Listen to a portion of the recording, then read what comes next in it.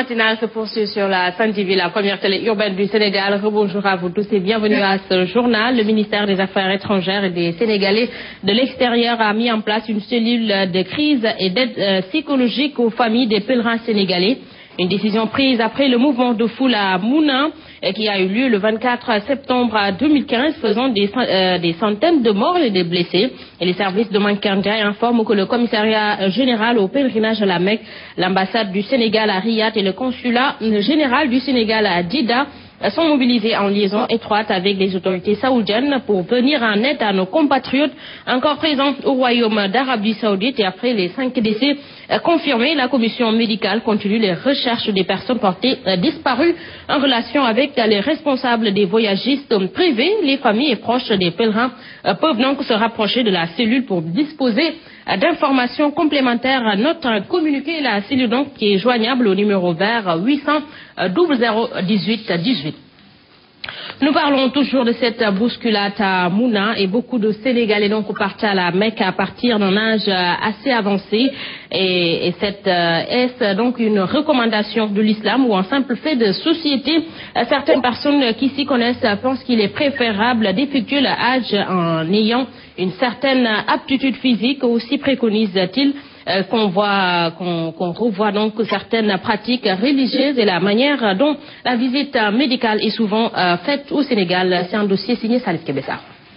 Bilan macabre que le Sénégal a jusqu'ici enregistré lors de la bousculade de Mouna. Et pour la plupart, ce sont des personnes d'un âge assez avancé qui ont perdu la vie. Une situation qui montre encore une fois qu'au Sénégal, ce sont des personnes âgées qui effectuent le Hajj. Pour quelqu'un qui sait ce qui se passe à la Mecque, on peut comprendre facilement que pour faire vraiment et correctement ce qu'on vous demande à la Mecque, il faut avoir une certaine force physique. Pourtant, au Sénégal, c'est bien une réalité. La plupart des personnes qui se rendent à la Mecque ont plus de 60 ans. Beaucoup d'enfants pensent qu'ils n'accomplissent leur devoir d'enfant, leur devoir de fils, par rapport à leurs parents, que ce soit le papa, que ce soit la maman, que lorsque, en définitive, ils arrivent à l'envoyer à la Mecque. Il est donc préférable, si on se fie à l'islam, que la personne qui effectue le Hajj ait certaines aptitudes physiques. Nous n'avons rien fait depuis longtemps, c'est pourquoi on est resté un peu archaïque, un peu en déphasage avec ce qui se fait. Et le ministre d'insister sur la visite médicale qui, selon lui, devrait être en mesure de régler le problème. Mais véritablement, le médecin doit savoir que sa responsabilité est engagée en délivrant un certificat de visite et contre-visite. Il doit comprendre qu'il est en train de prendre une mesure qui peut engager sa responsabilité en tant que médecin. Il n'y a donc pas un âge recommandé par l'islam pour se rendre à la Mecque si l'on se fie aux explications de nos interlocuteurs. Mais selon eux, il est tout de même préférable de s'y rendre en étant en bonne forme. Merci à Salif Kebessa. À présent, parlons éducation avec le SAES qui bande ses muscles, interpelle l'État face à ce qu'il qualifie de torture faite aux enseignants de l'UGB et Thiès. Ces enseignants donc du SAES dénoncent le retard noté dans le paiement des salaires, leur stratégie de riposte. C'est dans ce compte rendu signé à Aminata Dramé et Germaine Jean. Le SAES qualifie de violence morale des retards récurrents des paiements des salaires des professeurs de l'UGB. Le secrétaire général du syndicat condamne cette situation. Il découle, selon lui, de l'insuffisance de la subvention de l'État. Nos collègues de Saint-Louis, de l'UGB, n'ont pas voulu voter leur budget. Pourquoi? Parce que ce budget-là, en fait, ce qui était prévu dans ce budget-là, n'est-ce pas, en termes de subvention de l'État, ne pouvait couvrir que 7 mois de salaire. C'est le problème de budget qui revient. Les budgets sont restés stationnaires depuis à peu près pas loin d'une dizaine d'années. La situation à Saint-Louis est aussi valable à Thiès. C'est suffisant pour que le secrétaire général du SAES tire la sonnette d'alarme. Seydi Ababakar Ndiaye n'exclut pas une paralysie du système face à de tels manquements de la part du gouvernement. On dit qu'il fallait justement sonner l'alerte parce que Dakar ne sera pas en reste dans cette affaire-là parce que, comme vous le savez, Dakar a le plus grand nombre d'enseignants. Donc, sûrement que le spectre des années passées, des 3 derniers mois difficiles, va ressurgir au niveau de Dakar. Donc, les 5 coordonnateurs ont fait cette conférence de presse-là pour alerter. En dépit des engagements pris, le SAES dit constater que la situation va de mal en pis. Aminata Dramé, merci. Nous parlons des ordures à Dakar. Après la fête de Tabaski, les ménages n'ont aucun problème avec leurs ordures, estime le directeur de l'entente Kadakar, qui annonce que plus de 700 agents ont été déployés pour ramasser les ordures ménagères dans les foyers. Moussatine affirme ici que le nettoiement des marchés ne relève pas de la fonction de son unité, même si Entente Kadakar offre ses services aux communes. Voici Moussatine avec Gournak. Rien que le jour de la Tabaski, nous avons fait circuler 215 véhicules à l'intérieur de Dakar. 700 agents ont travaillé. C'est pour ça qu'en fait, vous n'avez pas entendu les populations se plaindre. Parce que les populations ont eu, elles, la possibilité de sortir leurs ordures et de mettre ça dans les véhicules de collecte. En dehors de ça, maintenant, on a des cas, effectivement, on a des retards de collecte. Nous avons eu, juste avant la fête, nous attendions le paiement des concessionnaires, ce qui n'a pas pu se faire avec justement un problème de coordination avec le Trésor.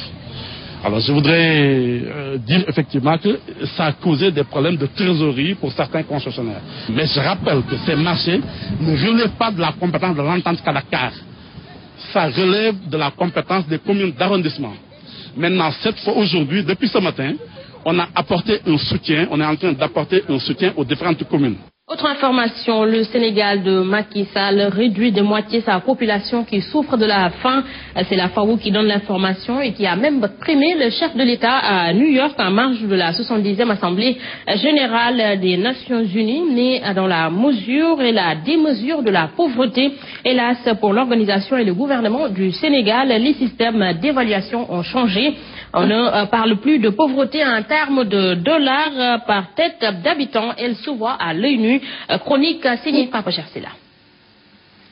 À New York, ce dimanche, l'Organisation des Nations Unies pour l'alimentation et l'agriculture FAO a décoré le Sénégal et son président pour des performances enregistrées dans la lutte contre la faim. Sur 25 années de combat, le Sénégal, d'après la FAO de José Gazriano da Silva, parvient avec Macky Sall à réduire de moitié la proportion nationale de personnes victimes de la faim. L'année 2015, une très bonne année alors, puisqu'à terme, s'il y avait 2 Sénégalais qui souffraient de faim, il n'y en a désormais qu'un seul, et un minimum de solidarité à l'africaine suffit pour tout bonnement éradiquer cette faim. La réussite du gouvernement sénégalais, explique la FAO, émane d'un engagement fort de l'État et son accompagnement permanent des populations les plus vulnérables. La FAO qui félicite par ailleurs le président Sall pour avoir introduit la protection sociale dans son PSE, ce qui va permettre de renforcer les résultats positifs déjà obtenus. Malheureusement pour la FAO et surtout pour le président Sall, la pauvreté ne se quantifie plus en dollars par tête d'habitant, elle se voit à l'œil nu.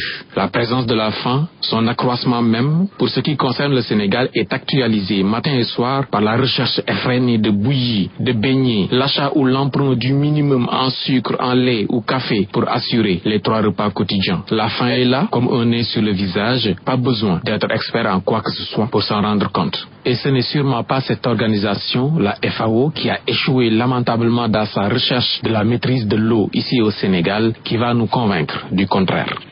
Le président de la Guinée a inauguré hier le barrage hydraulique de Caleta, un ouvrage d'une puissance de 240 mégawatts et qui va donc sortir le pays de l'obscurité, et 30% du productible est cédé à la Guinée-Bissau, la Gambie et le Sénégal. C'est un compte rendu signé Abdoulaye Sodabar, Gilbert Carvalho.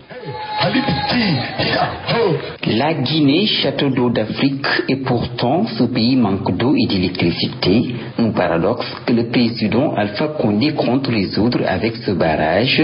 Ce paradoxe ne pouvait pas continuer. Sans l'électricité, l'Afrique ne peut pas se développer. Avec l'électricité, on nous industrialiser. Et nous ne verrons plus nos enfants mourir dans les eaux de la Méditerranée. Ce barrage hydroélectrique a une capacité de 240 mégawatts pour un coût de plus de 446 millions de dollars. Il a une hauteur de fondation de 22 mètres, une largeur de 5 mètres, une puissance installée de 240 mégawatts. Vous avez embarqué tous les chefs d'État d'Afrique pour ce projet Énergie pour l'Afrique. Ce barrage va permettre de résoudre le déficit énergétique du pays. Certaines localités comme Koya, Labé vont être électrifiées. La population s'en réjouit. On est sous l'énergie. Les villes qui sont tout proches sont électrifiées. Le Congolais a décidé de céder 30% du côté productif de Caleta aux trois départements de l'NDC, Gambie, Guinée-Bissau et Sénégal. Après Caleta, Swapiti va suivre. Alpha Condé compte ainsi sortir la Guinée de l'obscurité. Abdoulaziz Sow, le ministre de l'Hydraulique qui a pris part à cette cérémonie, estime qu'il faut une ligne d'interconnexion pour le transport du combustible vers la Guinée, la Gambie et le Sénégal. Il soutient que le problème de l'alimentation en eau potable au niveau de Dakar va être un vieux souvenir plutôt avec la mobilisation de 20 000 mètres cubes d'ici décembre. Le voici. Théoriquement, il est prévu 20% pour le Sénégal, 6% pour la Guinée-Bissau et 4% pour la Gambie. Donc ça, c'est ça le productible. Mais il y a un petit mais, parce que tout simplement, il faut une ligne d'interconnexion qui va permettre l'évacuation, le transport donc du productible. Aujourd'hui, cette interconnexion qui à peu près évolue à peu près à 1660 km tarde à être réalisée. Bon, mais avec l'apport des partenaires donc financiers tels que la Banque mondiale, normalement donc ce projet va aboutir. Et probablement, peut-être d'ici quelques années, 2 à 3 ans maximum. En tout cas, cette ligne d'interconnexion va permettre en tout cas le transport de ce combustible. Donc, merci à nos envoyés spéciaux Abdoulaziz Sow Dabar et Gilbert Carvalho. À présent, parlons sport. Zoom sur les préparatifs du leader du championnat promu la saison dernière, l'AS Douane a créé donc la sensation en s'emparant de la place de leader couplé à la Coupe de la Ligue attendue cette saison. Le club managé par le colonel Bassirou Ndiaye dresse ses ambitions pour la saison à venir. Aïcha Kamara, Ababakar Sadir Diouf. Championne du Sénégal en titre et détentrice du trophée de la Ligue, les Gabelous affûtent leurs armes pour la nouvelle saison. Nous avons pris toutes les dispositions nécessaires pour pouvoir faire une bonne figuration, une autre belle saison l'année prochaine au niveau national, mais également au niveau africain. Nous n'avons même pas pris de vacances pour peaufiner des stratégies pouvant nous permettre d'atteindre des résultats pour la saison à venir. Une saison qui ne sera certainement pas de tout repos pour l'équipe coachée par Karim Sékou Diouf. Ils ont enregistré des départs. C'est des joueurs qui sont prêtés à d'autres clubs. Au profil que nous avons recruté, nous avons jugé nécessaire de prêter certains joueurs. Mais aussi des recrues. Abdou Diallo qui était à la junior, Babacar Ndiaye qui était meilleur buteur de la Ligue 2, le meilleur de la finale junior championnat national. Nous sommes en négociation également avec d'autres joueurs qui ont marqué le championnat. Avec un budget global estimé à environ 150 millions de francs CFA, les Gabelous veulent jouer le maintien. L'objectif, c'est toujours le maintien. Maintenant, nous essaierons de voir si nous pouvons également, au cours de la saison, prétendre gagner des titres. L'AS Douane a débuté son travail hivernal au camp militaire du 23e Bimon ce lundi pour terminer la veille de la première journée du championnat. Un petit survol de l'actualité internationale avant de clore ce journal. Après les violences du week-end, la tension est toujours vive à Bangui, la capitale centrafricaine. Au lundi 28 septembre, au moins 3 manifestants ont trouvé la mort lors de la dispersion d'une manifestation près de la présidence. En fin de journée, les prisonniers de la prison de Bangui ont échappé et pour la 12e nuit consécutive dans la nuit de lundi à mardi, le couvre-feu n'a pas été respecté et les manifestants réclament la démission de la présidente de transition. Et depuis New York, Catherine Samba Panza a condamné les violences. Burkina Faso, le processus de désarmement des soldats de l'ex-régiment de sécurité présidentielle est à l'arrêt. Le gouvernement affirme qu'un groupe de soldats fidèles au général putschiste Gilbert Diendéré refuse toujours de déposer les armes alors que ce corps d'élite a été dissous par un discret, par un décret plutôt, et les personnels réactifs dans d'autres unités de l'armée burkinabé. Lundi, donc, la présence des soldats loyalistes dans les rues de Ouagadougou a semé la panique au sein de la population. Voilà, mesdames et messieurs, c'est ici que se referme ce journal. À vous tous, merci d'avoir suivi. Merci à toute l'équipe technique et l'équipe rédactionnelle qui ont participé à la réalisation. L'info en continue sur la Sen TV, la première télé urbaine du Sénégal. 7h30, Mambengta et Ahmed Aïdara vous retrouvent pour la revue des titres en Wolof. 7h45, c'est le journal. Et tout de suite, Sen Coach s'installe dans Sen Gym. Quant à moi, je vous retrouve à 13h pour le flash d'information. Bon réveil matinal à tous et bonne journée.